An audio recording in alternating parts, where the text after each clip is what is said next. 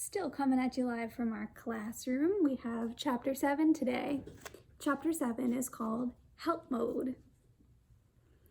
I flew as fast as I could toward the edge of town. I flew over the movie theater, the clock tower, and even the park, leaving the center of town far behind. I went farther and farther until all I could see was the green of treetops. Finally, I spotted a clearing. This open space would have to do.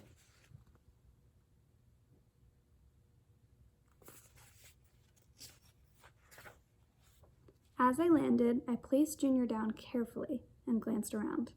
It was an old campground.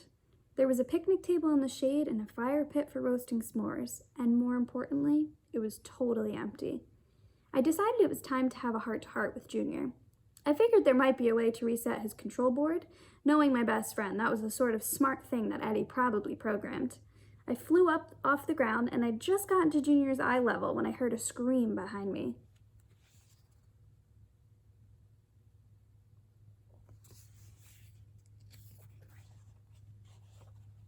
I whipped around and I discovered 3 campers, each with backpacks and armloads full of sticks and branches. 2 of them were staring in disbelief. 1 of them was screaming. Ugh, she's been spotted.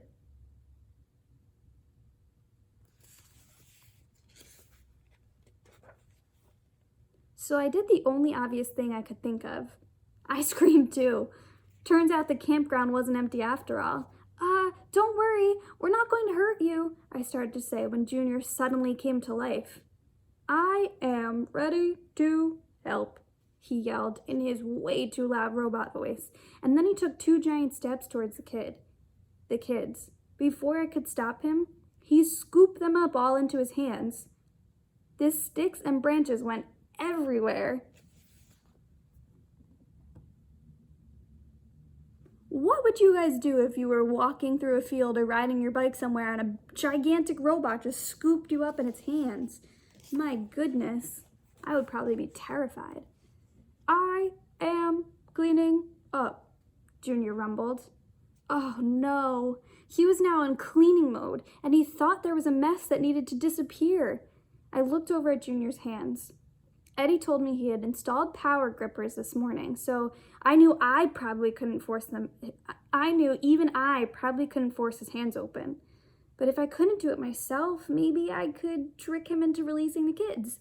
I grabbed a handful of dirt and looked up at the robot. Hey, I said, throwing the dirt up into the air. Junior, catch these rocks.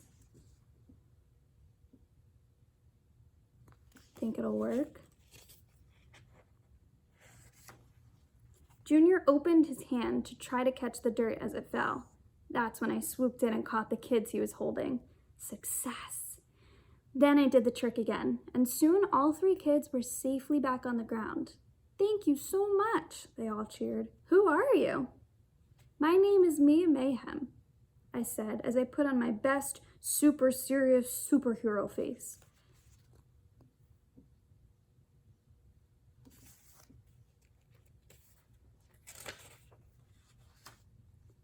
Sorry about that. He wasn't trying to hurt you, but we need to keep this giant robot out of the news. Can I trust you guys not to tell anyone that we've met? I asked, holding my breath. They all nodded excitedly and then turned around. One of the kids gave me a wink as they walked away. Oh gosh, look at Junior. He's picking up trees now.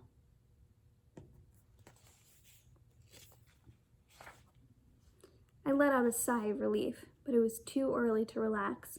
I turned back to Junior, who was trying to sweep up all the dirt. It was totally not working. Okay, Junior, I said, let's try this heart-to-heart thing again.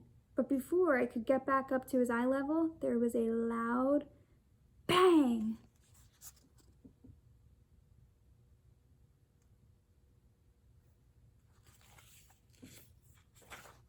Chapter 8.